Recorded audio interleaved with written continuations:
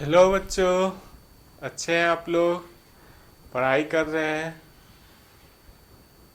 Continue देखिए, आप लिखा कीजिए वीडियो देखकर, तब समझ में आएगा। ओके। आप सब बच्चे को 100% समझ में आ रहा होगा।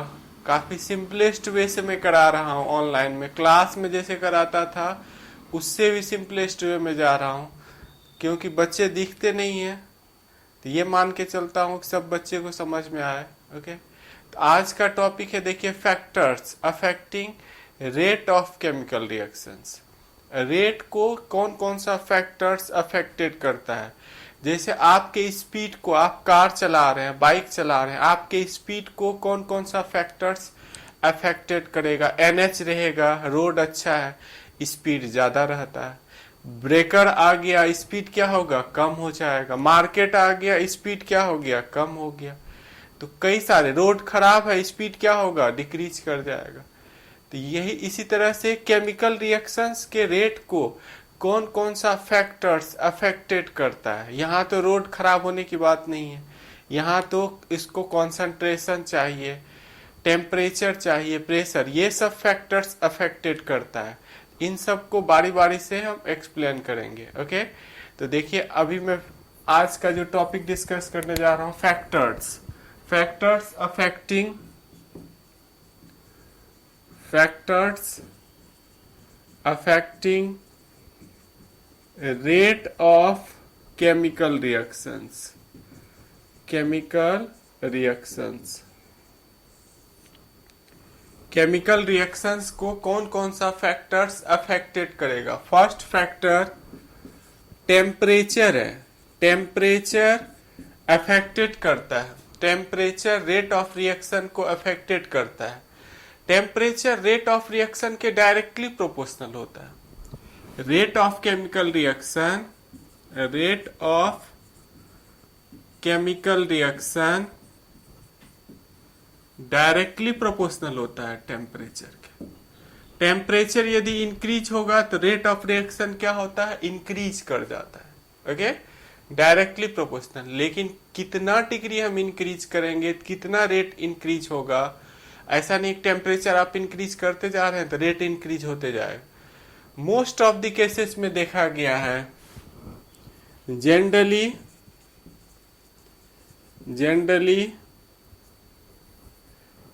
rate of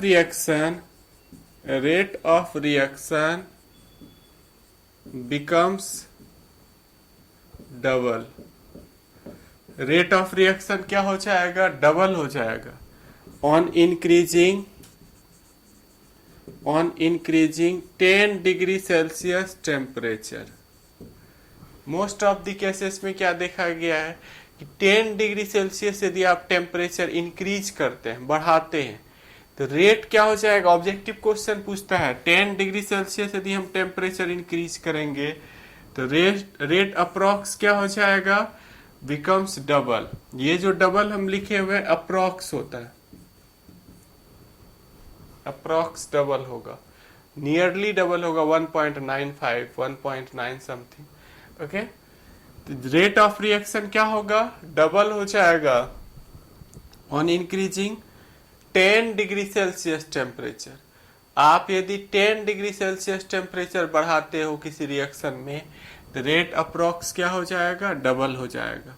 और हम लोग इस चैप्टर में, देखिए आज का जो टॉपिक है वो पूरे चैप्टर से रिलेटेड, तो कुछ कुछ टॉपिक को हम आगे और डिटेल में पढ़ेंगे।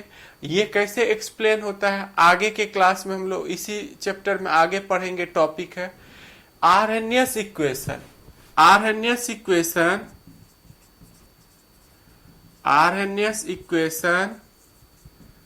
Explain effect of temperature on rate of reaction, rate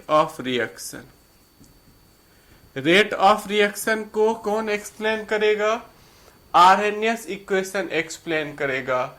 इसी चैप्टर में लास्ट टॉपिक है वो हम लोग देखेंगे आगे कि कैसे, कितना टेम्परेचर इंक्रीज करेंगे, कितना रेट इंक्रीज होगा। ओके, अभी आरएनएस इक्वेशन में हम नहीं जा रहे हैं, आप केवल याद रखिए आरएनएस इक्वेशन किस चीज को एक्सप्लेन करता है, इफेक्ट ऑफ टेम्परेचर को एक्सप्लेन करता है, रेट ऑफ रिएक्शन पर कैसे टेम्परेचर का इफेक्ट होता है। ओके, डाउट नहीं है, समझ में आ गया आपको। नेक्स्ट पॉइंट देखिए मैं बताने जा रहा हूं, आप इसको मेरे साथ कॉपी करते होंगे, कॉपी करते रहिए, अच्छे बच्चे कॉपी करेंगे, कॉपी कीजिए आप।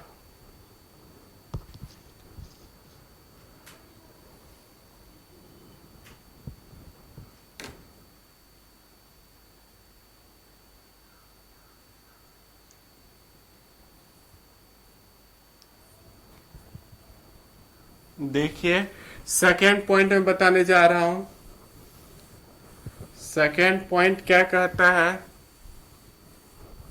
Concentration of reactant.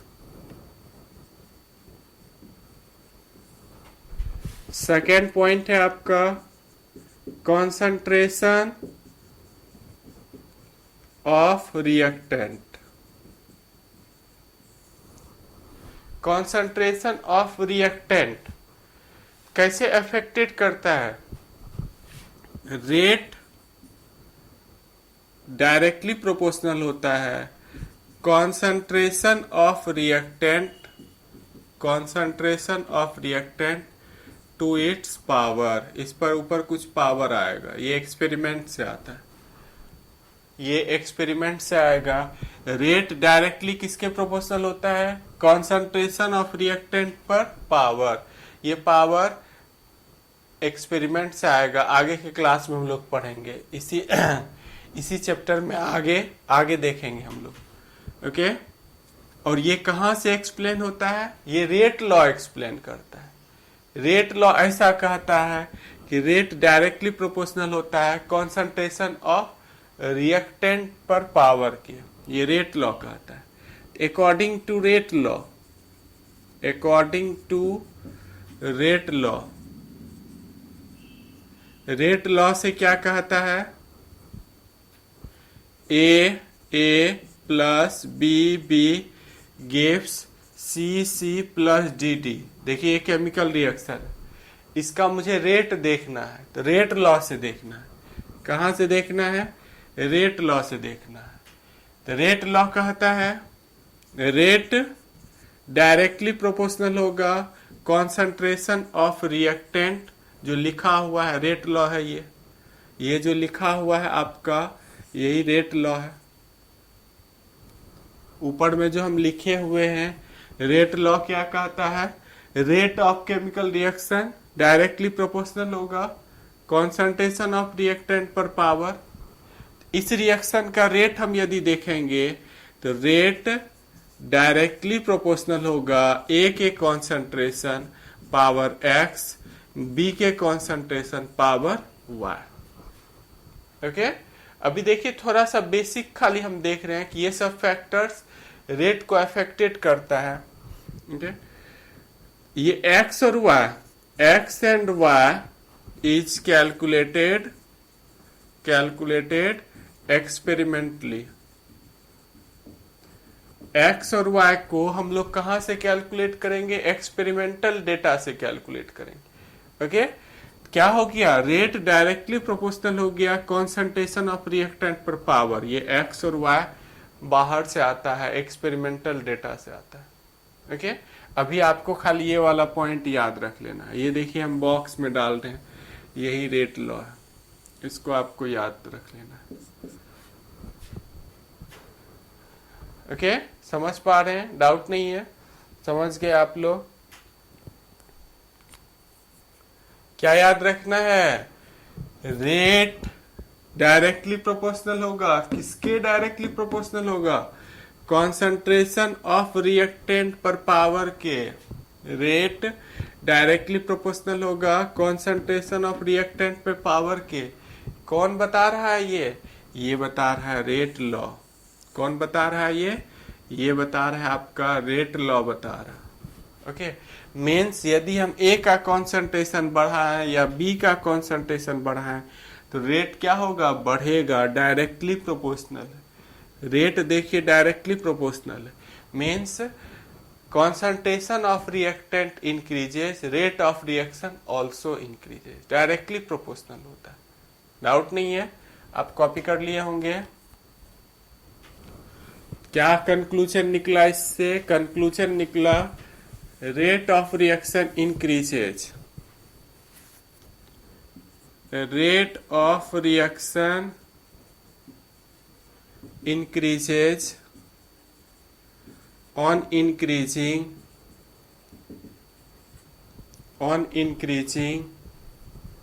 concentration of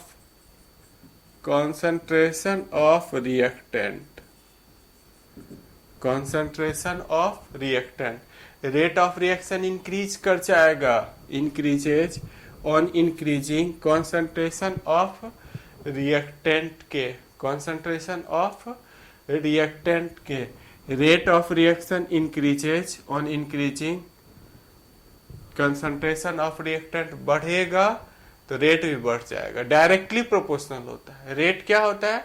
directly proportional होता है किसके? concentration of reactant to the power।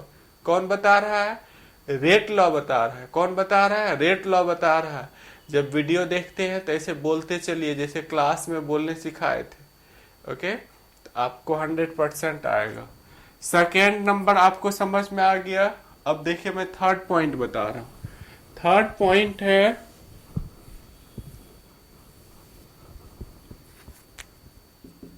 Presence of light. Presence of light, बहुत सारे ऐसे रिएक्शन है, फोटोकेमिकल रिएक्शन, जो लाइट के प्रेजेंस में ही होता है। तो जब तक लाइट नहीं रहेगी वो फोटोकेमिकल रिएक्शंस नहीं होगा। ओके, तो लाइट बहुत नेसेसरी कंडीशन हो जाता है, जैसे फोटोसिंथेसिस। फोटोसिंथेसिस तभी होगा जब लाइट रहेगा।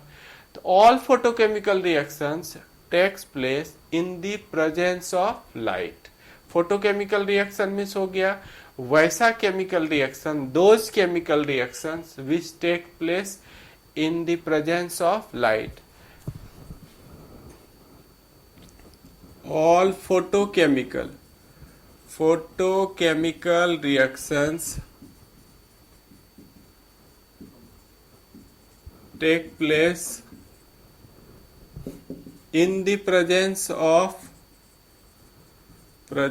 of light। इसका एग्जाम्पल है आपका फोटोसिंथेसिस।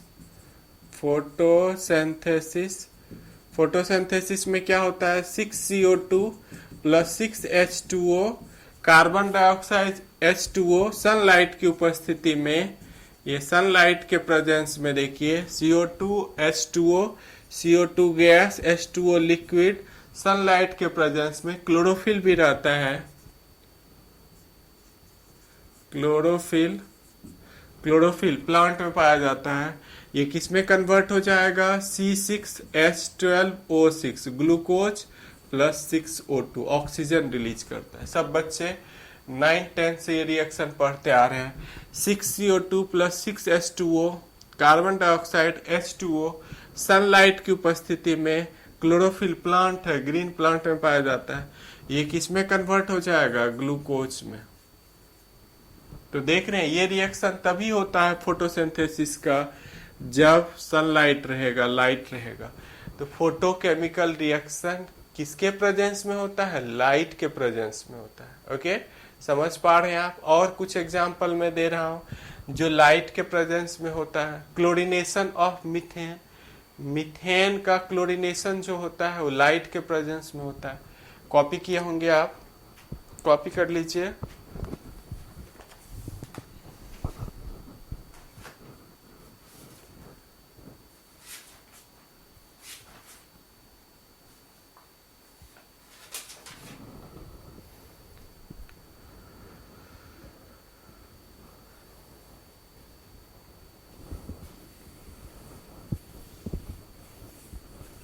क्लोरीनेशन ऑफ मीथेन, दूसरा एग्जाम्पल है इसका,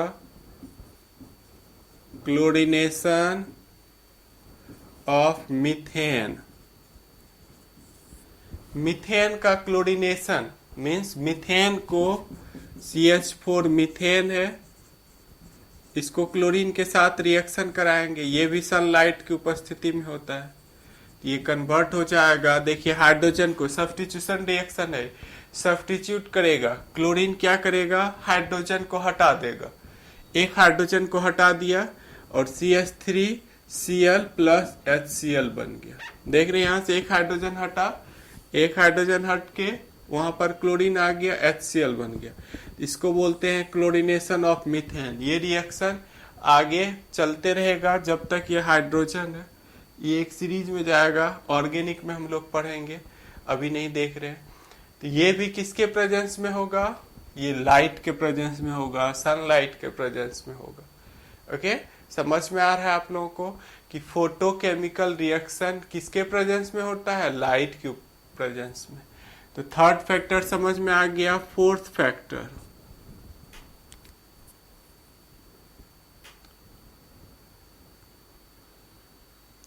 presence of catalyst. Fourth factor है आपका प्रेजेंस ऑफ कैटलिस्ट।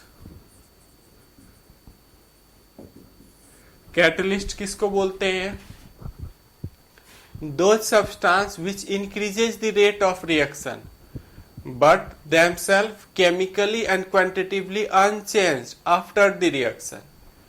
ये रेट ऑफ रिएक्शन को क्या करता है, बढ़ा देता है। ओके, लेकिन अपने में कैटलिस्ट खुद में कोई रासायनिक मीन्स केमिकली और उसका जो क्वांटिटी है वो चेंज नहीं होने देता है। मीन्स 1 ग्राम आप कैटलिस्ट ले रहे हैं तो रिएक्शन के बाद भी कितना ग्राम मिलेगा, 1 ग्राम ही मिलेगा। और यदि उसका जो फॉर्मूला है, जो केमिकल कॉम्पोजिशन है, वो भी रिएक्शन के बाद सेम होगा। ये नहीं कि लिए मीथेन बन गया रिएक्शन के बाद इथेन, उसके केमिकल कॉम्पोजिशन में कोई परिवर्तन नहीं होगा, उसके क्वांटिटी में कोई परिवर्तन नहीं होगा। कैटलिस्ट क्या करता है, कैटलिस्ट रेट ऑफ रिएक्शन को बढ़ा देता है। ये इसी चैप्टर में हम लोग पढ़ेंगे, effect of catalyst. Effect of catalyst आगे पूरा डिटेल में पढ़ना है। तो कैटलिस्ट क्या होता है, देखिए आगे भी आएगा। Catalyst the substance which increases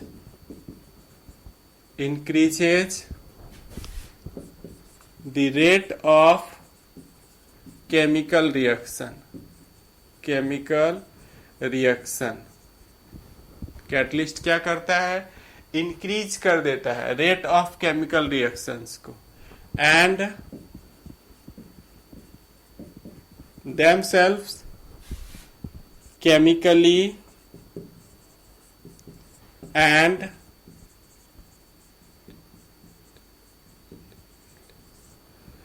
quantitatively unchanged after the reaction। देखिए 2-3 चीजें मैंने लिखा। कैटलिस्ट क्या करता है, ऑब्जेक्टिव पूछेगा, कैटलिस्ट रेट ऑफ रिएक्शन को इंक्रीज कर देता है, rate of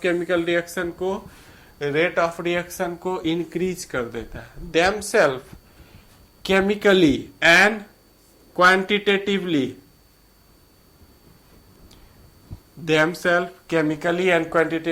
unchanged after the reaction. समझ में आ रहा है कैटलिस्ट का क्या काम है, कैटलिस्ट रेट ऑफ रिएक्शन को बढ़ा देता है, स्पीड फास्ट कर देगा। मीन्स बाइक जैसे आप चला रहे थे 80 के स्पीड से, कैटलिस्ट डाल दिए 90 स्पीड हो गया, स्पीड रिएक्शन का बढ़ जाए। लेकिन कैटलिस्ट खुद में कोई भी केमिकल चेंज नहीं होने देता और ना ही उसके क्वांटिटी में कोई चेंज आता है। मीन्स यदि आप 1 ग्राम ले रहे हैं तो रिएक्शन के बाद भी कितना ग्राम मिलेगा, 1 ग्राम ही मिलेगा, ना तो वो घटेगा ना ही वो बढ़ेगा। ओके, इसी को बोलते हैं हम लोग कैटलिस्ट बोलते हैं। कॉपी कर लीजिए इस पार्ट को।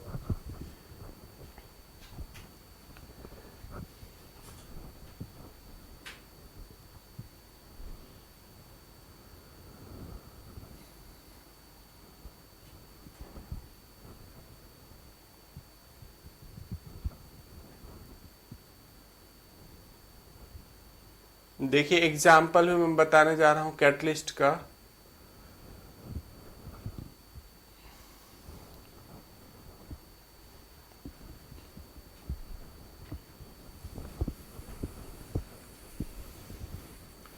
एग्जाम्पल बताने जा रहा हूं कैटलिस्ट का।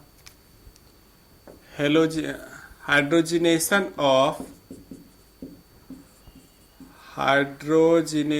Of alkyne.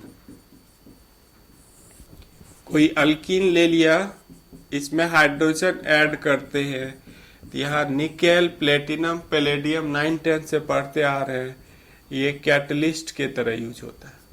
यहाँ हाइड्रोजन ऐड हो जाएगा इसकी उपस्थिति में, ये CH3 ये इथीन था और ये किस में चला गया, इथेन में कन्वर्ट हो गया। इथीन किस में कन्वर्ट हो गया, इथेन में। निकेल, कहीं पर प्लेटिनम मिलेगा, कहीं पैलेडियम मिलेगा, ये कैटलिस्ट है। ओके, समझ पा रहे हैं? कैटलिस्ट क्या करता है, रेट ऑफ रिएक्शन को बढ़ा देता है। रेट ऑफ रिएक्शन को क्या करता है, बढ़ा देता है। कॉपी कर लिए होंगे आप, 4th नंबर आपने कॉपी किया होगा। और कई सारे जब हम लोग पढ़ेंगे, सरफेस केमिस्ट्री एक चैप्टर में है, उसमें कैटालाइटिक रिएक्शन पढ़ेंगे, उसमें और डिटेल में पढ़ेंगे। ये क्या है, समराइज्ड। देखिए, फैक्टर्स अफेक्टिंग बड़ा बड़ा टॉपिक है ये, इसको समराइज्ड खाली हम लोग टर्मोलॉजी जान रहे हैं, हम लोग उस टर्म को जान रहे हैं कि ये सब फैक्टर्स रेट को अफेक्टेड करता है। पूरा डिटेल में यहाँ पर नहीं पढ़ सकते, यहाँ पर संभव नहीं है। अलग अलग चैप्टर्स का ये कॉन्सेप्ट आया हुआ है।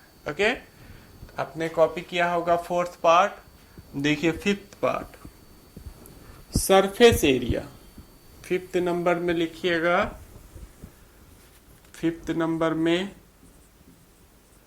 सरफेस एरिया ऑफ कैटलिस्ट और reactant. Rate of reaction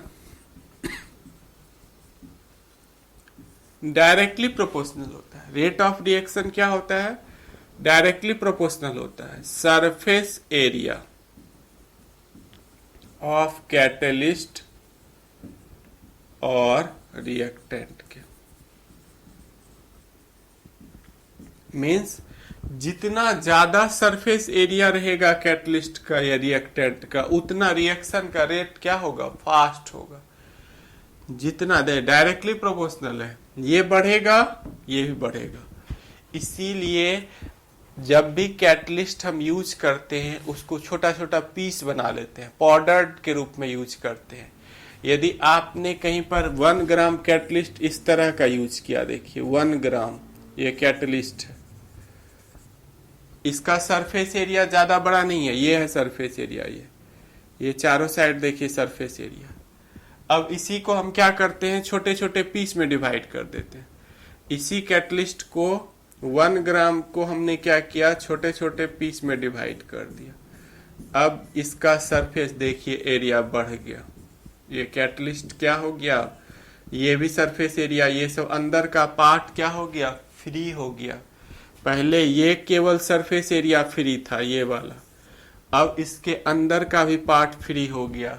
in सब पे भी रिएक्शन होगा अब, अंदर वाले पार्ट पे इन सब पे भी क्या होगा, अब रिएक्शन होगा, अंदर वाले पार्ट पे भी रिएक्शन होगा। समझ पा रहे हैं? तो इसके कारण से रेट क्या होगा, इंक्रीज हो जाएगा। हम लोग कैटलिस्ट जब भी यूज करते हैं, finely divided catalyst are used, okay, which increases the rate of reaction.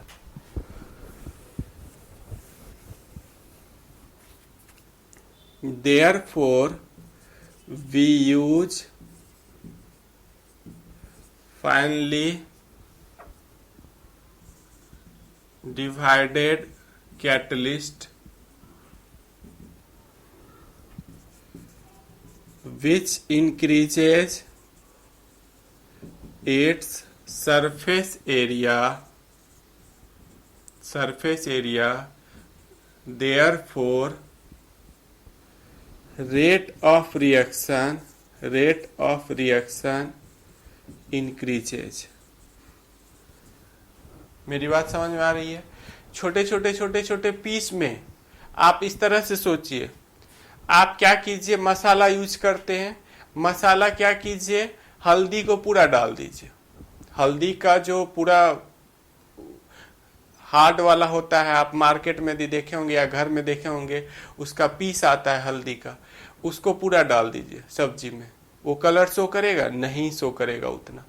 हल्दी को क्या करते हैं, हल्दी सपोज दैट कैटलिस्ट है, हल्दी को क्या करते हैं, पाउडर्ड बना लेते हैं, तब वो डालते हैं। तो वो क्या होता है, पूरे सॉल्यूशन में फैल जाता है, सबको अपना कलर दे देता है, टेस्ट प्रोवाइड करता है। समझ पा रहे हैं? तो जैसे हल्दी हमने कैसे यूज किया, हल्दी को पाउडर्ड में यूज किया, वो ज्यादा इफेक्टिव हो गया। हल्दी को किस में यूज किया, पाउडर्ड में यूज किया, तो वो ज्यादा इफेक्टिव हो गया। तो आप कैटलिस्ट को उसी तरह से एक पूरा पीस यूज कीजिएगा, वो अपना इफेक्ट नहीं दिखा पाएगा। उसको भी हम लोग क्या करते हैं, छोटा छोटा पीस बना लेते हैं, पाउडर्ड में यूज करते हैं, जिससे रेट ऑफ रिएक्शन क्या होता है, फास्ट हो जाता है। ओके, समझ गए होंगे, बिल्कुल समझ में आ गया होगा। इस पार्ट को कॉपी कर रहे होंगे आप, 5th part.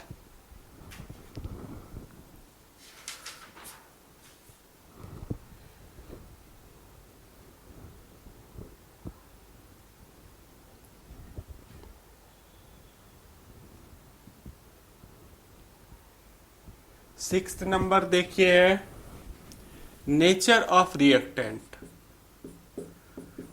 Nature of reactant. Nature of reactant ये बहुत ज्यादा इफेक्टेड करता है रेट ऑफ रिएक्शन को। मीन्स रिएक्टेंट किस नेचर का है, कोई आयनिक कंपाउंड है, कोई कोवेलेंट है। यदि आयनिक कंपाउंड है वो ज्यादा फास्ट रिएक्शन करेगा in comparison to covalent compound. उसका बॉन्ड एनर्जी कितना है, rate of reaction, rate of reaction inversely proportional होता है बॉन्ड एनर्जी ऑफ रिएक्टेंट के, बॉन्ड एनर्जी ऑफ रिएक्टेंट के इनवर्सली प्रोपोर्शनल होता है। कहीं बॉन्ड यदि डबल बॉन्ड है, देखिए ए ए, यहां पर सिंगल बॉन्ड है ए ए के बीच, बी बी के बीच डबल बॉन्ड हो गया, सी सी के बीच ट्रिपल बॉन्ड हो गया। इसको तोड़ने में कम एनर्जी लगेगा, इसको तोड़ने में ज्यादा एनर्जी लगेगा, इसको तोड़ने में और ज्यादा एनर्जी लगेगा। तो जिसका बॉन्ड एनर्जी ज्यादा होगा उसका रेट ऑफ रिएक्शन स्लो हो जाएगा। उसका रेट ऑफ रिएक्शन क्या होगा, स्लो हो जाएगा। बॉन्ड जैसे एक मार्कर को तोड़ना है, देखिए इस मार्कर को तोड़ने जा रहे हैं, कम एनर्जी लगेगा। अब 2 मार्कर हो गया, 2 बॉन्ड बन गया, इसको तोड़ने में ज्यादा एनर्जी लगेगा। देख रहे हैं 2 मार्कर है, इसको तोड़ने में ज्यादा एनर्जी लगेगा। इसी को बोलते हैं बॉन्ड एनर्जी। बॉन्ड एनर्जी बढ़ेगा तो रेट ऑफ रिएक्शन भी क्या होगा, ये बढ़ेगा तो ये कम हो जाएगा, ये क्या होगा, कम होगा। ओके, समझ में आ गया होगा। अगले क्लास में हम कंटिन्यू करेंगे क्योंकि मेरा टाइम होने जा रहा है 30 मिनट्स का। 7th नंबर में है, 7th नंबर में है presence of pressure, effect of pressure, effect of pressure. Pressure also affected in gaseous reaction. Pressure only affected in gaseous reaction mixture.